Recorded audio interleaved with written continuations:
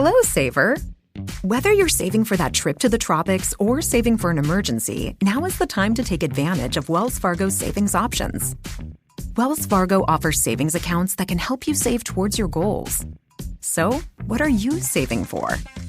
Visit a Wells Fargo branch or wellsfargo.com/save to open a savings account today. Wells Fargo Bank, N.A., member FDIC. Hey, it's Storyworthy. Today on the show, comedian Josh Edelman talks about the worst film festival he ever attended. Great, let's go to the opening night party. So Skylar and I get all dressed up. We go to this party, and there's like 5 people there. The next day is the screening of the fest. They have this incredible room at the hotel. It's called like the Flamingo Room. It's gorgeous. It looks like the Copacabana. It's like dark. There's like really cool seats. They have a giant screen with a projector, and like it looks awesome. That's where most of the films are screening. Mine, however, was in a room right next to it. It was like a gymnasium. Today on the show, comedian Josh Edelman talks about the worst film festival he's ever attended. Stay close. Hey, it's Josh Edelman, and you're listening to Storyworthy.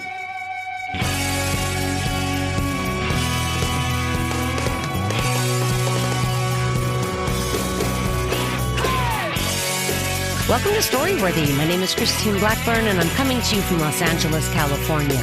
Whether you're a longtime fan of the show of over 12 years and almost 13 years, or you're a new listener, welcome to Storyworthy. I hope you guys enjoyed the show last week with comedian Belinda Carroll. Belinda told a great story, a sad story, but I mean, it is sad because she's talking about when she came out to her mother and how, the situation was very difficult. The situation was her mother was in complete denial, from West Virginia, not very educated, brought her daughter a Chippendales poster when her daughter was like 15, and her daughter just, Belinda just lost it. And so anyway, it's a tragic story about how hard it can be for some kids coming out as gay, but it's also very funny. So go back, you guys. Listen to Belinda Carroll, a really nice girl and very interesting person as well. But not today. Stick with me now, because today I have on the show comedian, I'm going to say writer, I'm going to say director and filmmaker, Josh Edelman. And I've known Josh for a couple of years. Hi, Josh. How's everything? Oh, everything's great. Thank you so much for having me on the show. Yeah, I'm telling you. So Josh puts out a documentary that I find so fascinating. And I guess you did it in 2020 during the pandemic? I started it in 2016, 2016 was when I started. And I guess I handed it in to the people who ended up buying it in, maybe it was even the beginning of end of 2020. End of 2020 was when I turned it in, I think. So the name of the film is Mentally Al, and it's a documentary about a comedian named Al Lubell. And I had heard of Al Lubell before. I definitely knew the name as a long-term comedian, but I didn't know his story. And it ends up being just a dream of a documentary. I mean, really. Thank you so much. I loved it so much, and I know that it won the award as the best comedy documentary in 2021 by the New York Times. Mm-hmm. That's a big deal. Well, I guess it wasn't. Is it an award? It was an article, best comedy documentary of 2021. So I guess I don't think it was an official award. I didn't get a plaque or anything. But you wanted that too, didn't you? Yeah. Well, I have the newspaper, and I'm gonna at some point put it in a frame. You have to, because really, this is a big deal. You're talking about a comedian, Josh Edelman, talking about another comedian, which right off the bat is not like a comedian. Because most comedians just talk about themselves. And I don't put myself in the movie. Maybe I'm in there for a second, but I'm pretty absent from the film. You don't see me. You're not in the film. However, you are in the film because the feel of the film is very Josh Edelman. Beautiful jazz music played throughout, which was done by, you had an original, musician. Yeah. You had somebody... Daniel Rodham, who composed the score, also does live jazz at my jazz show, Well Dressed at the Roosevelt. He performs on my show every month. Yeah, I cannot tell you how impressed I was by Daniel. I just loved his music. It kind of came in and out. It made it a very, very classy documentary. The front and the back matched each other, as it were. It was all the same picture, clearly. And it's just so beautiful. We have to talk about, what it's about, because everybody's going to be like, Christine, what are you talking about? You're not even telling us about it. So it's called Mentally Al. It's about one comedian, Al Lubell, who never really makes it. I mean, he does make it because he's on late night talk shows all the way back with Johnny Carson, all the way up, with Letterman and Leno and Joy Behar and other, people with shows, but he doesn't get the money. Can you tell us a little more, Josh? Well, I always say, what I always say about Al and the doc is it's like taking a look at my greatest hopes and biggest fears in one person. It's like someone who's so artistically accomplished, funnier, in my opinion, when he's firing on all cylinders, as funny as anybody ever. But at the same time, it's like, here's someone who I consider to be like one of the most talented people I've ever met in my entire life. And yet he's living on somebody's couch, in Los Angeles because he can't afford rent. And he's struggling to get stage time anywhere he can. And we explore sort of like the issues that he has in his personal life that kind of leads him to struggling so much as an adult. And I think it's, I have a joke. Basically, it's like you see so many documentaries about people like Robin Williams and Gilda Radner. Those were two documentaries. Gary Shandling, where it's like, oh, this is what it looks like to succeed wildly. And like, you kind of know those people's stories already, but like... And they're all dead. And they're all dead now. But Al is like an interesting story of someone who maybe has all the talent of those people, yet doesn't come through. And it's like, so many documentaries someone watches and they're like, I'm going to be a comedian. I wanted to make the one that people watch and they're like, I'm not going to do that. Well, it's just unbelievable because, Al has succeeded. He won Star Search. I mean, he did do some great things, but, overall, he didn't so-called make it, but he continues. And he's in his 60s. Yeah, he's in his 60s, and he's just as committed as ever in terms of coming across on stage. Like, he's so true to himself. He's very true to himself.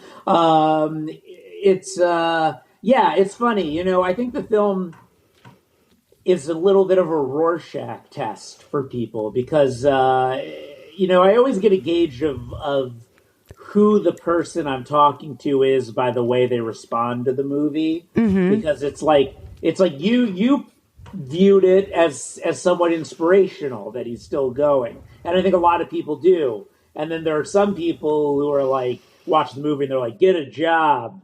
And I know what you're saying, but I'm saying as an artist. Yeah, as totally. An artist, he is doing his passion. Yeah. Yeah. I think that's a theme through a lot of my work. A lot of my unproduced screenplays. It's a common theme. And that life's a struggle, but you got to find something you love. But wait a minute, are you saying your career as a comedian or as a documentary filmmaker? Oh, well, it's funny. I made this documentary. I don't necessarily have like interest in other documentaries. Not necessarily. I would be open to it, but I was very, very passionate about Al's story and wanted to tell it.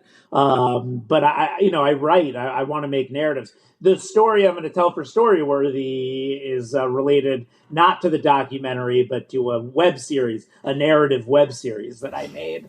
My worst film festival, which I'm anxious to hear. I've been to several film festivals. My second husband was a filmmaker, and we went, all over. We went to New Mexico and Arizona and Washington, D.C., and we flew around, going to film festivals. And now my boyfriend is an actor, so it's the same thing. We're still going around to film festivals. You know what is so funny about Tom? We just went to the Las Vegas Black Film Festival, and he had a short in it. And Tom won Best Actor of the whole festival, playing a racist cop in the Las Vegas Black Film Festival. It was like, oh, you got to be kidding. Everyone at the festival was like, oh yeah, he nailed it. We've met that guy before. Yeah, he is. Yeah, he is scary as fuck in this movie. But wow, it was just such a nice surprise for him to win that. But I've been around the festival world, and for those of you who haven't, part of the festivals that my mind goes to immediately. It's not about the films, but about the events around the film festival and how much they get you to pay. You never stop paying.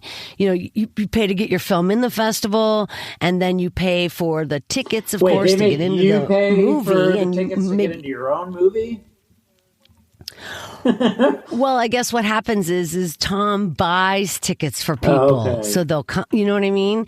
So he buys the tickets, and then they'll be like, okay, and then if you pay this amount of money, you can go to this party. And if you pay this amount of money, you'll get the t-shirt. And then if you pay this amount of money, you go to the final party. Like, they can really nickel and dime. And, I guess that's the business, right? Is that the business? Yeah, and I would say, to be fair on a certain level, there's lots of expenses that go into putting up the festival. And I wonder, I think a lot of these festivals charge those things, and probably nobody even turns a profit.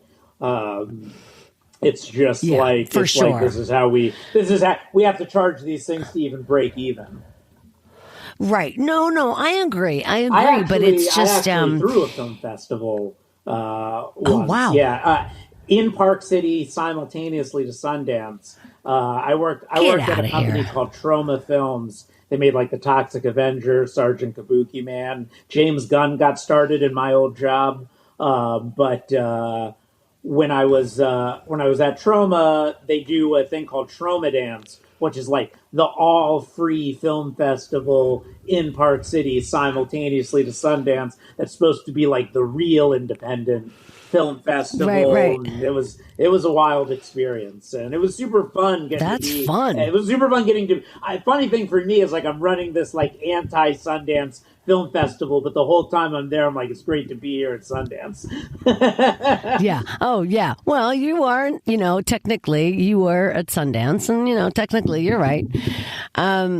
Yeah. Okay. So I'm anxious to hear the story about your worst film festival, but I also, real quick, I want to go one time more back to Mentally Al. Why, when I see Mentally Al, I keep seeing in my head Mentally AI. Oh, well, maybe now.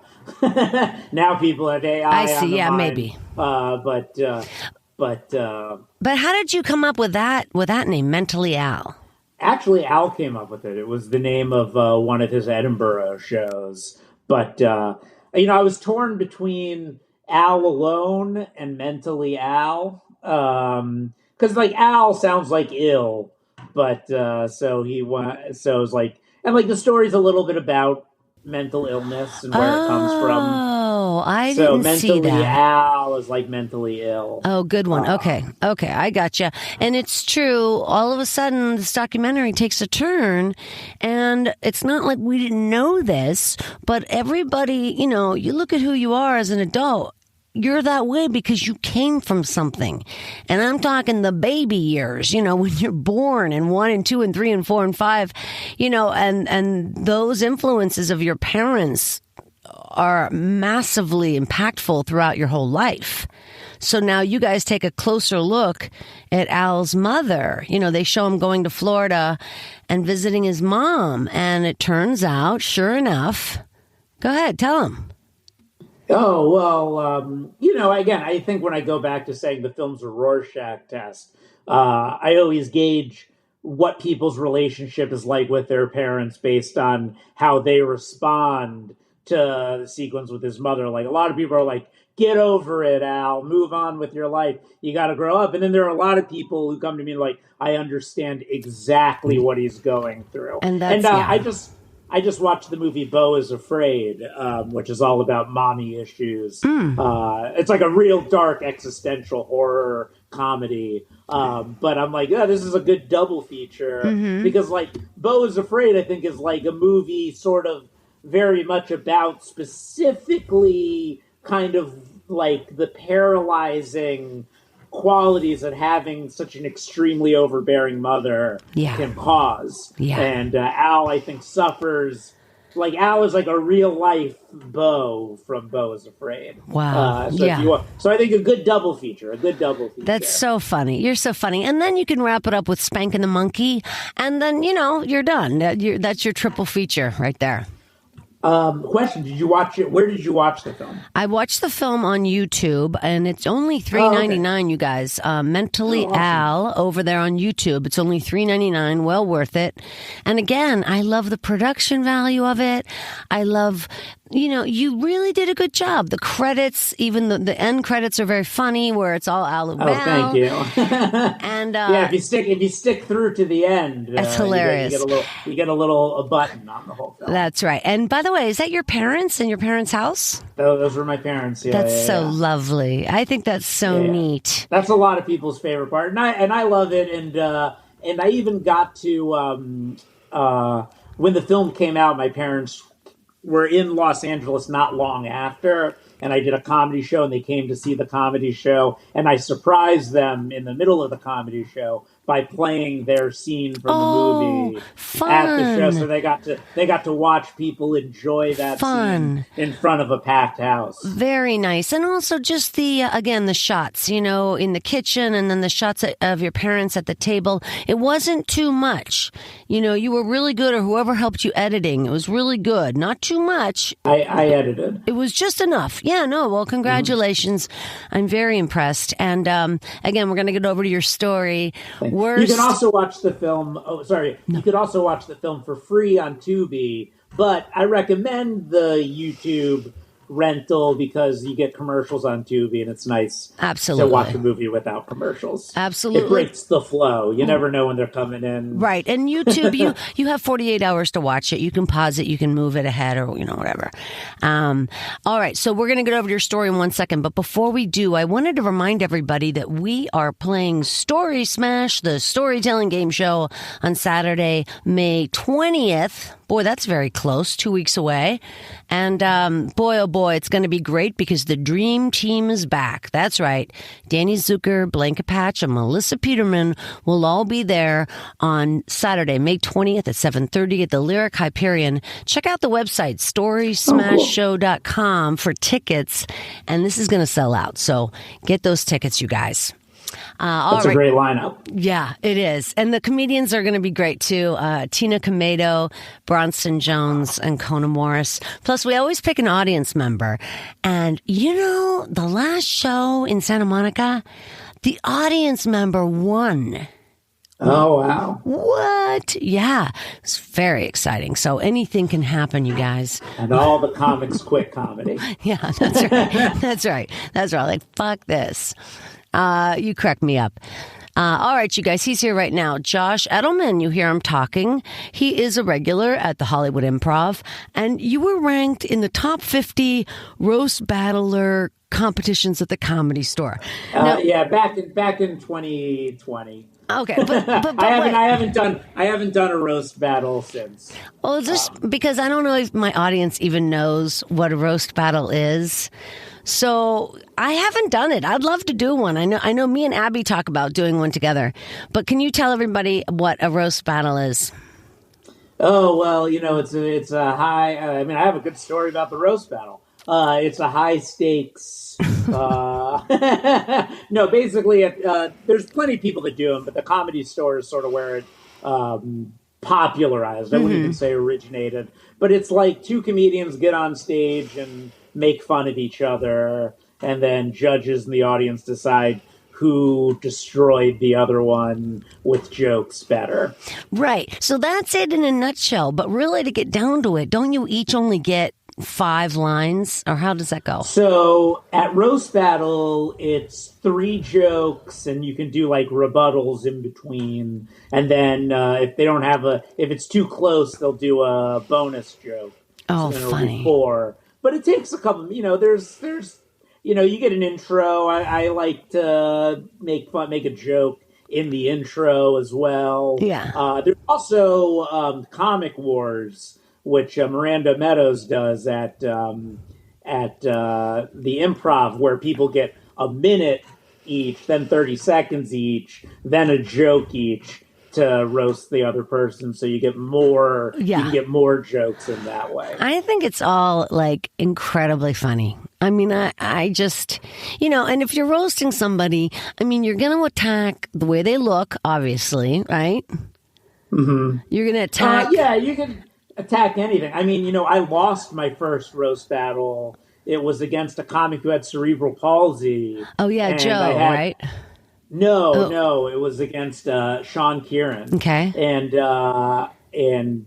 the audience did not like that I was making fun of him for his cerebral palsy. Right. So it's funny, all the judges picked me to win, but the audience unanimously picked him to win. They turned on you. That's awesome. They turned on me. So you got to be careful. You got to it's I really learned a lot in the first roast battle about how to do well in my next batch. But of roast nobody battles. really gets hurt, do they? It's not that hurtful, right? Because it's well. Here's what's funny. In my third battle against Mary Elaine Ramsey, the stakes just got high to the point where. And I wasn't in a good relationship at the time. I was like, if I lose this roast battle, my girlfriend is going to leave me. Oh my God. So I had to win. Oh. And everyone was picking her to beat me, but I won. I won on my first joke. The other thing about roast battle is sometimes one joke can win it for you. Really? That's amazing. Yeah. If you really come out of the gate strong. Yeah, I called her Devil Wears Marshalls. That is a great joke.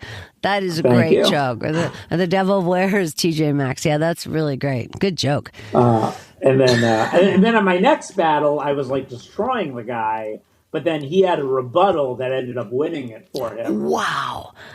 It was an impromptu thing. I called him Boy Eats World. Yeah. And then he said, "You're fat too," and everyone thought that was hilarious. Wait a minute, you're fat too. Yeah, he just said that you know what? One of the judges made such a big deal about that rebuttal that it ended up costing me the win. But that is so funny. I think all of it is hilarious. No, wait, I want to tell you something real quick here. I have a friend who took a comedy class recently, and in the class, she stood up and said the joke, "I have OCD, obsessive cheese disorder." And then another person in the class got mad about it because she said, "No, I really have OCD. And when you can't talk about it unless you have it." And she's like, "You got to be kidding me. I mean, obsessive cheese disorder is so stupid. I mean, she's just not even." And it ended up being a fight. And the instructor of the class sided with the girl who said she was offended. Oh, interesting. Can you imagine? That's not a comedy class. That's like a fascist. Like, what is that? I have OCD, and I'm not offended. Okay, well, thank you very much. But yeah, you know what I mean. Like, but I'm also highly medicated for it, so maybe that's why I'm not offended. I don't know. I just think that people can get way too sensitive about absolutely comedy. Just like obsessive cheese disorder is like, It's not even funny. It's so stupid. But also, I just feel like those people that get offended, I want to tell them, I want to take them to a roast battle and say, no, this is fucking funny. Yeah. This is comedy. It's a whole different thing.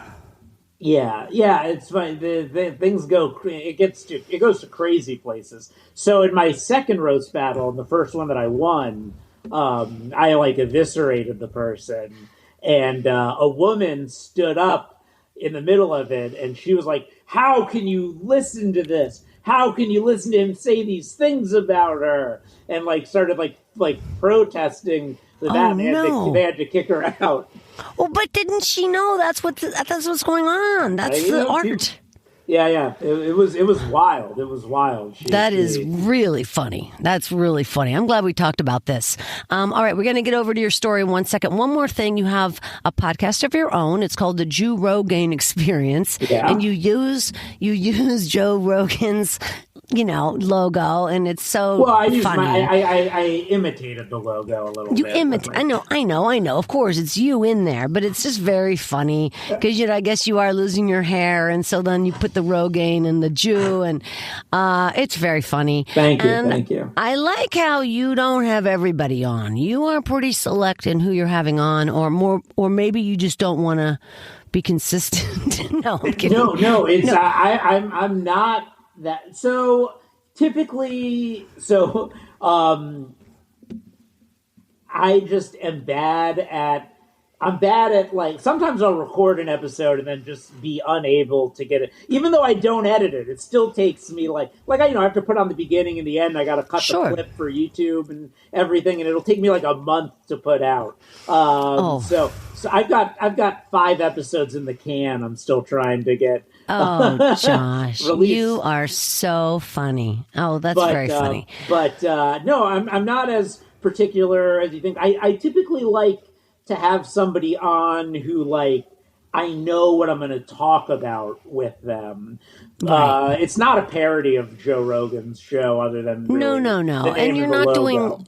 It's just the funniness of it. Yeah, but you're not doing long form interview. It seems you're doing people you're really interested in. Yeah, well, yeah. It's like I had Brad Stoll on. Brad does food reviews, so I did an episode where I kind of went over what the best of each food, where's the best pizza, where's the best pasta, where's the best burger in Los Angeles. I had Julian Stern on for the last episode because I'm going to Edinburgh in August, so he went last year, and I wanted to interview him about what Edinburgh was like. I had Alex Hooper on, who just survived lymphoma, and I had him talk to me about that. My next episode I'm releasing, so the Alex Hooper hasn't come out yet, and the next episode I'm releasing is with Ahmed Al-Qadri, who went to Turkey to get hair plugs, so I wanted to find out what that was like. So usually that's interesting. I have a curiosity about Bridget Sell is an episode coming up. She is, doing personal training and nutrition, and I got real fat for a little bit. I'm losing the weight, and instead of paying her for a personal training session, I just had her come on the podcast and tell me. It's very smart. And then you had Al on. Al you just had Al LaBelle on. Al was so that was generally he was in town, and I wanted to have him on. Talk about whatever. I think it's great. Thank you. I mean, like myself, you get your hands in different pockets or whatever, and you kind of like Al LaBelle, you muddle together a career. I mean, it's kind of the way everyone has to do it right now. It's I say, throw everything you got out there, and then whatever sticks, just keep going with that one. Right. And it's like good news and bad news. The good news is everything is at a consumer level, and you can learn GarageBand, or you'll learn whatever you need to learn. But the bad news is you can learn anything and you can do anything. So if you're not, maybe you don't really want to do it. Yeah. It's a double-edged sword for sure. But I'd love to be more consistent with the show. I'm trying to be. Yeah. Well, you can be. You certainly can be. You can be. And you also have And you also are the creator and the star of Best Friends. It's a web series, and that won an award as well at the Oktoberfest Film Festival, another film festival in New York City. That was not the worst film festival experience. That was a great one. But it was on the same trip. It was the festival right before Oktoberfest. Okay. And it wasn't... No, we just got to get over to the story. I'm anxious to hear this. Okay. You guys can find more out about Josh at his website, joshedelmancomedy.com, and also find him on Instagram and Twitter at the Edelmeister. All right, you guys, wherever you are, put your hands together for the very talented Josh Edelman. All right, so here's like the funny thing about it. The festival was actually a great festival, but for some reason, just like the world conspired against me and Skylar, who was the co-star of Best Friends. We went to the festival, and it was just like everything conspired against us the whole week. So it was the Miami Web Fest, I think.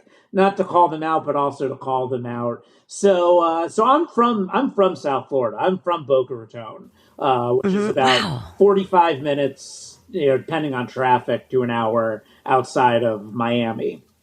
So I was like, great. The web series got into it. We were nominated for awards. I was very excited about going to the festival. So Skylar and I bought tickets to fly home to Florida. I contacted the festival to tell them that I had friends and family that wanted to come to the screening.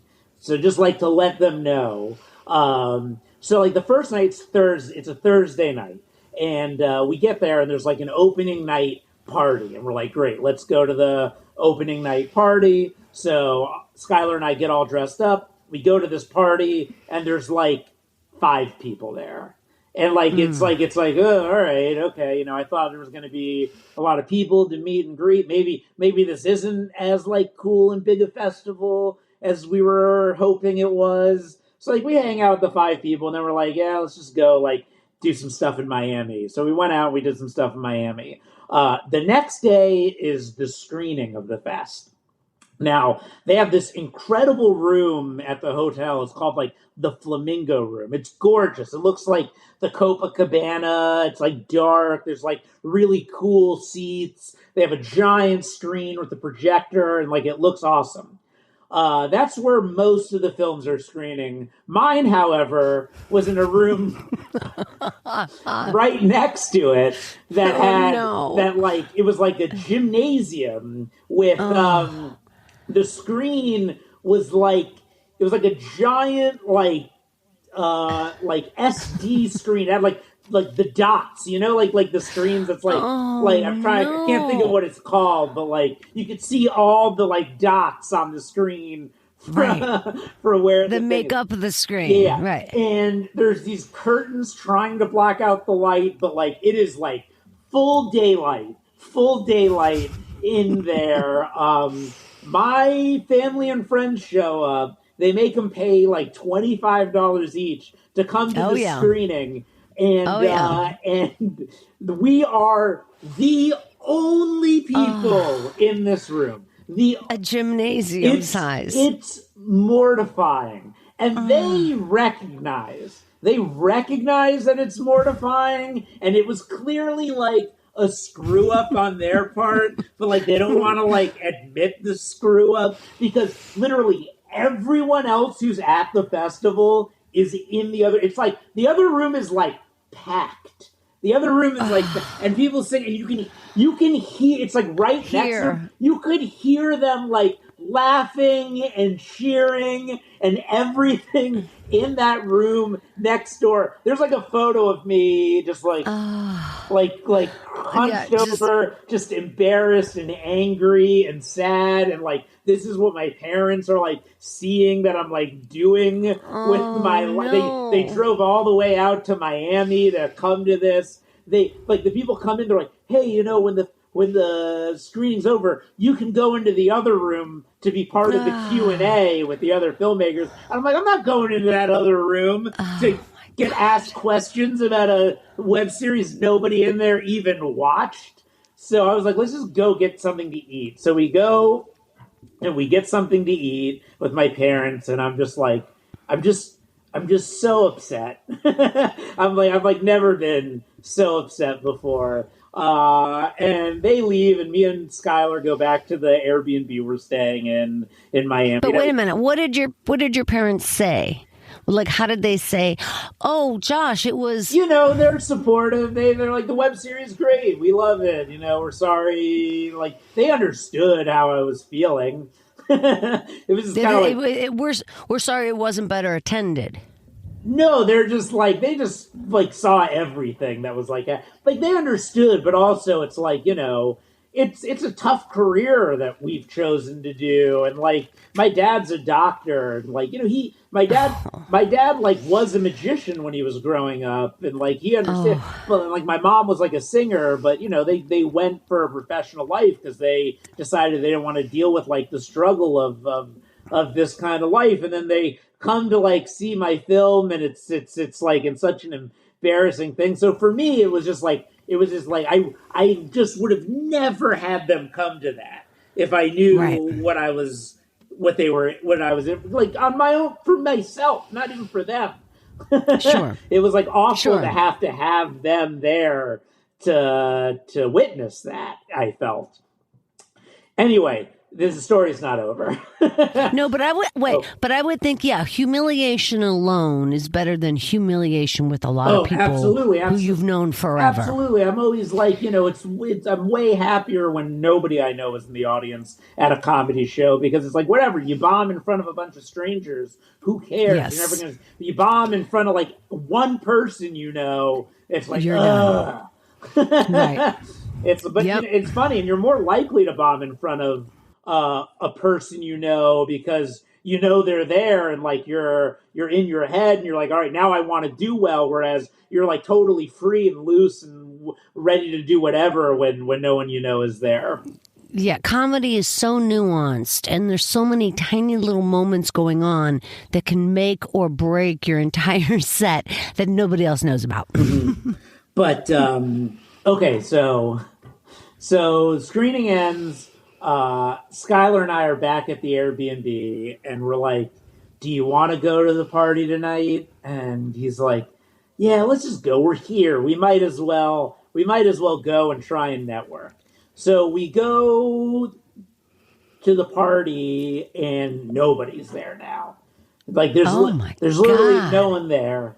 And we're like, we hang out for like 40 minutes, and we're like, that's it. And, we leave, and we hang out in Miami. We get back, and we've been drinking. We're like, let's send an email to the people who run the festival about this. So we write an email. We're like, is this festival even actually happening?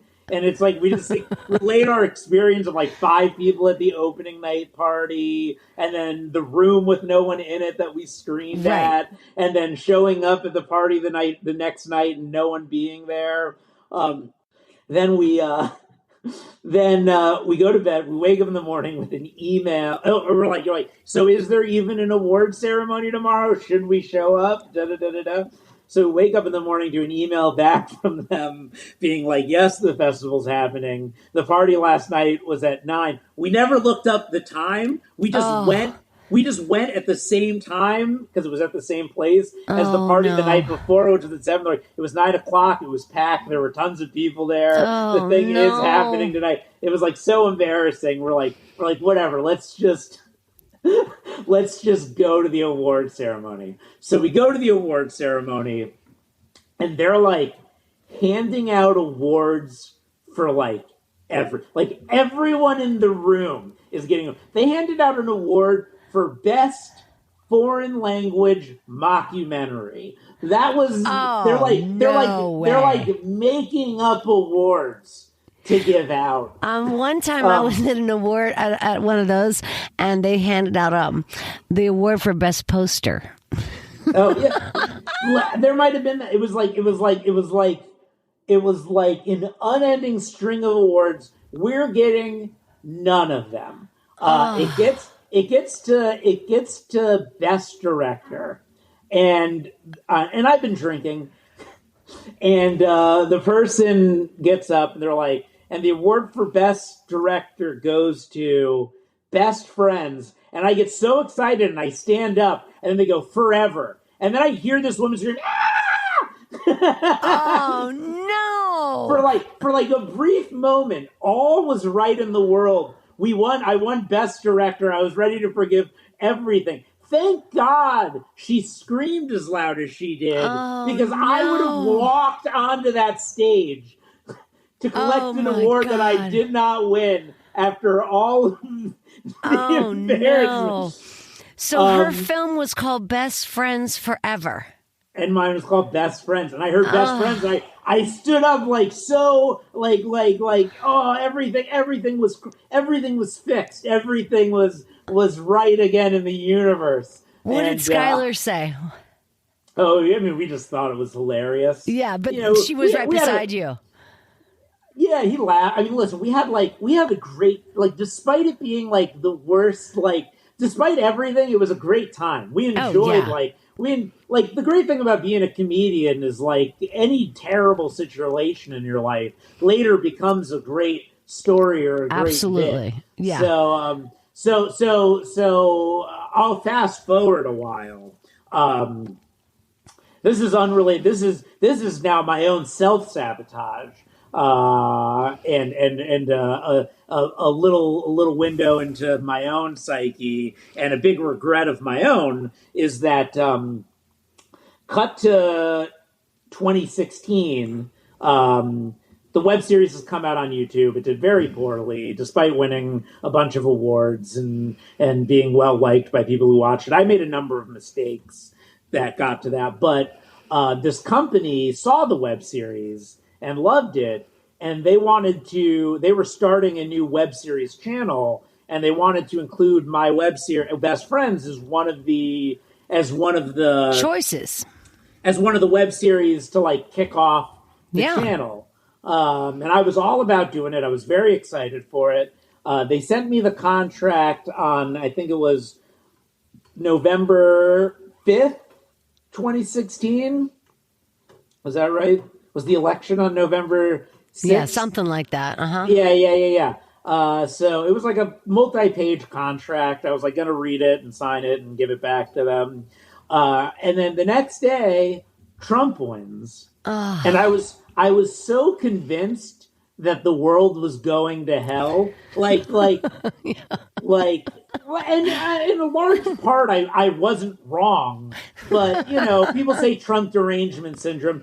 Perhaps to a degree, I did suffer from what that would actually be, as much as he was a disaster and I hate him and he ruined everything. But I got so depressed and so convinced I had to leave the country that I just told them I didn't want to do the web. I just sent them the contract. I couldn't read it. I couldn't bear to even read it. So I just said no. Josh, you're kidding me. Yeah. Did you consult anybody before you said that? No, I was just in my own world. I was just like, I wasn't on my antidepressants yet. Yeah. Well, it was like opposite day. Everybody was confused.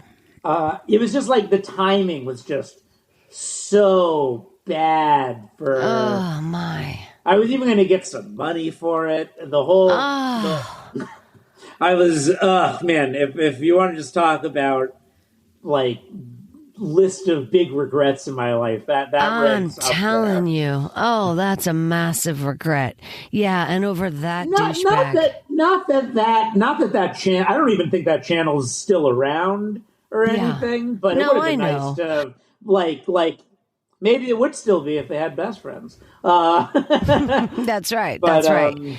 Yeah, that's very, that's upsetting. And I would like to say, well, let it go. It happened, move on. But yeah, I'd probably hang on that too. but you're like, no, don't let it go. Let it linger and ruin you. Well, I'm not saying I want that to happen, but it's like, you got to know better next time. Oh yeah. No, I would never. I learned a valuable lesson in that time. Like as much as I feel bad, I'm like, ugh, thank God that channel didn't blow up, and I had to live with like seeing that forever. Yeah, I guess I'm just thinking. Yeah, I guess I'm just thinking like, thank God they failed. They so I don't have fail, to yeah, feel not bad you. about Right. my failure. Right. Well, it's interesting because sometimes you think like, well, the only power you have in Hollywood is to say no. Like that's kind of power out here. Somebody asks you to do something and everybody jumps and you didn't. So that's kind of exciting. You said no. It's like, It's my Dave Chappelle moment. But they didn't come back at you with more money, or they didn't say, come on, Josh, reconsider. They were just like, we're sorry to hear that. Let us know if you change your mind. But I didn't even think about it again for a long time because I was so wrapped up in like the nightmare that moment was. Like I compared the night he won to like when you see Pacific Rim and the monsters are coming out of the ocean, and you're like, how are we going to defeat this? This seems like such an insurmountable level of like evil and destruction that's coming in our wake. I remember that night for me, I was in my bed and I remember like getting up and turning my phone over and then, turning and realizing he won.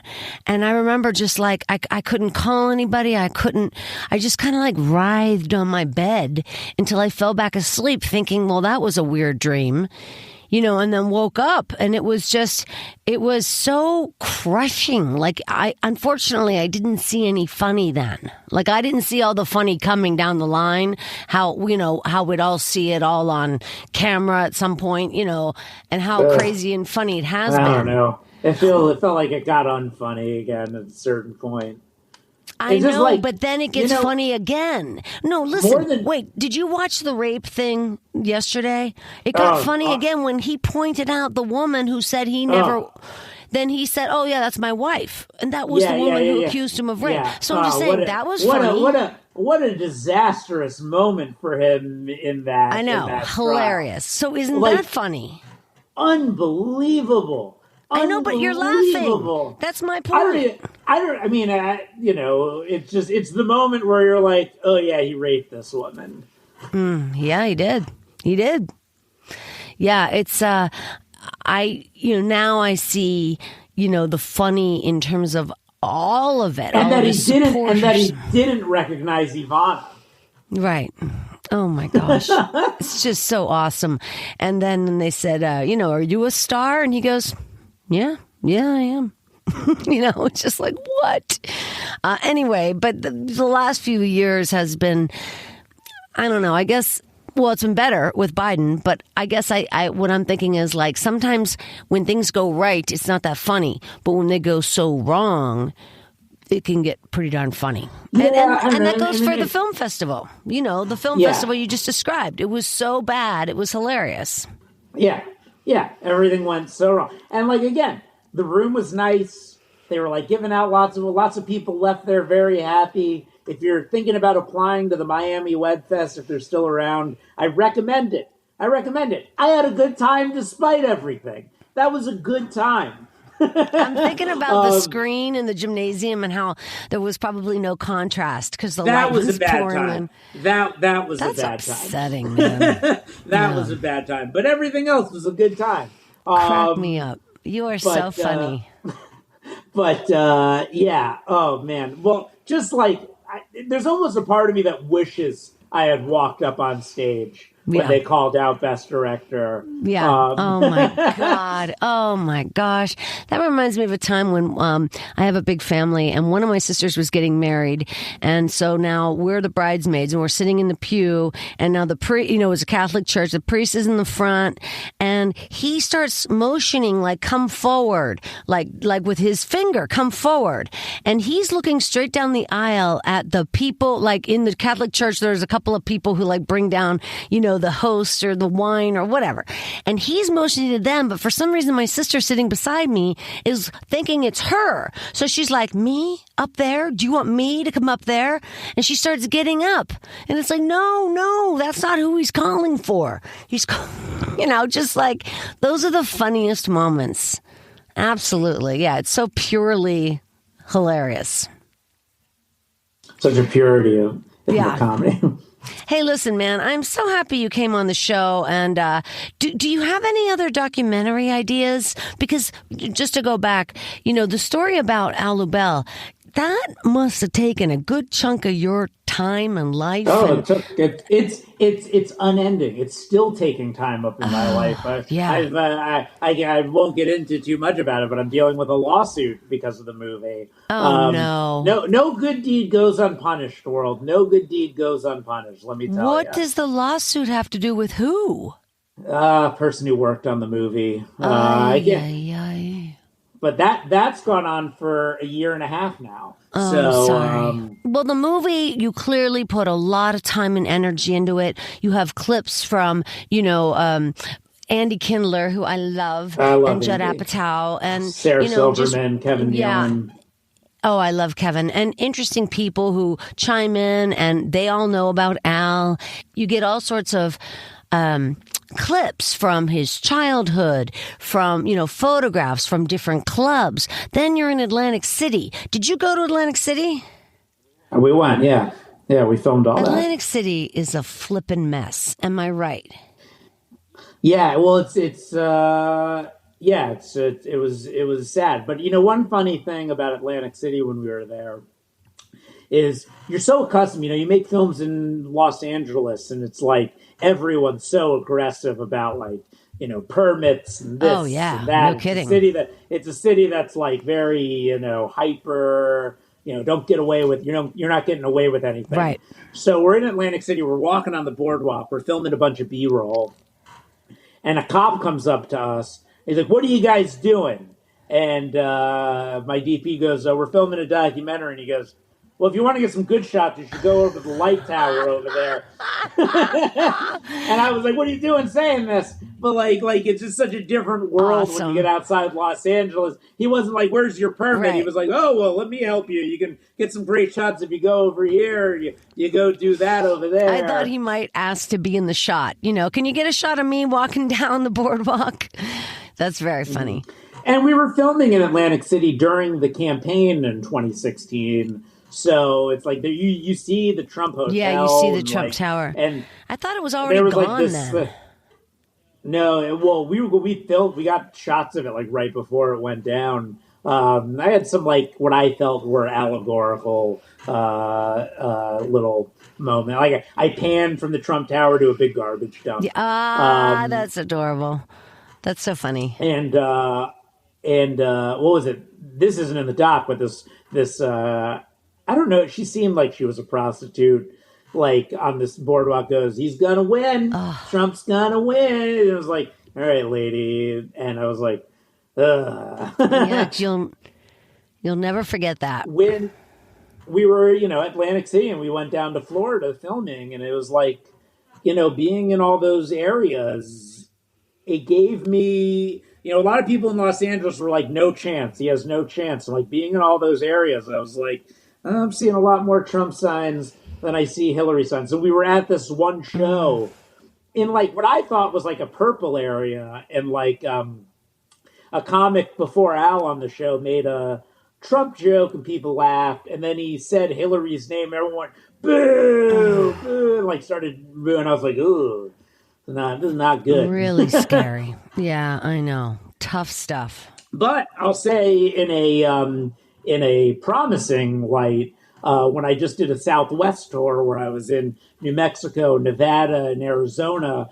I kept being concerned that the areas we were performing in were very red areas, but everyone seemed to really be sort of liberal or left leaning. So good. It gives me being in a lot of areas that I would have expected to be heavily Trump weren't. Wonderful. So that's promising. Yeah. Going forward as well. Yeah, no, it is. And I know, I'm from Pittsburgh, and now the Pittsburgh area and Pennsylvania is solidly blue. So that's very exciting because it didn't used to be that way, Mm-hmm. Anyway, boy, oh boy, funny story, Josh Edelman. I'm so happy to talk to you about your worst film festival, and then also get more information about the movie that you made, the documentary Mentally Al. Again, you guys can find that on YouTube. It's only $4. Well worth it. And by the way, I had Brian Volk-Weiss on the show before, and he owns Comedy Dynamics, and Comedy Dynamics purchased the movie from me, or they're distributing right. It for me. That's why I brought it up. He's boy, oh boy, he's got his finger right on it now, because it seems like nobody gets anything on the air without Comedy Dynamics. Yeah, they're great. Yeah, doing a great job. But anyway, wonderful film and hilarious story. Thank you very much for coming on the show. Thank you. Thank you again for having me. Good. It was so much fun. Hey, you guys, don't forget to check out My Life in 3 Songs over there on Spotify. I talk to comedians about the 3 songs in their life that have impacted them. And this is a very, very passionate project that I'm doing, and I absolutely love it. Like, I go back and I listen to My Life in 3 Songs. I think there's 21 or 22 of them up, and I've listened to each of them a couple of times just because I love music so much, as you guys know, and I love the idea of how the songs fit into the person's life. And if nobody else likes it, goddamn it, I do. So, My Life in 3 Songs, you can go to mylifein3songs.com, see the website, and also follow My Life in 3 Songs at My Life in 3 Songs on Twitter and Instagram. On behalf of my very talented guest, Josh Edelman, thank you, Josh. Thank you. My name is Christine Blackburn, saying, make it a story-worthy week. Ta-da!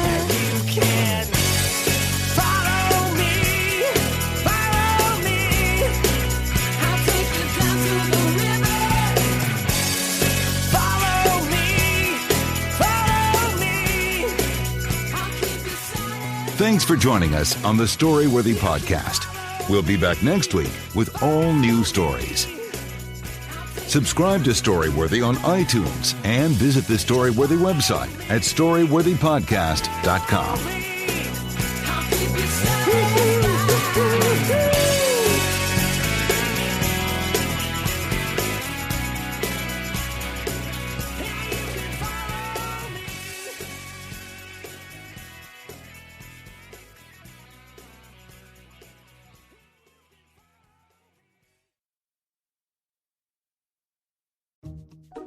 Wells Fargo presents one of the surest ways to grow your money.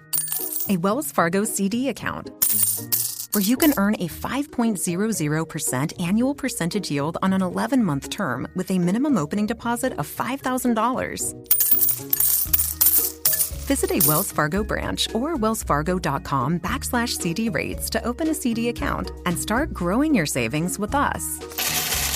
Wells Fargo Bank, N.A., member FDIC.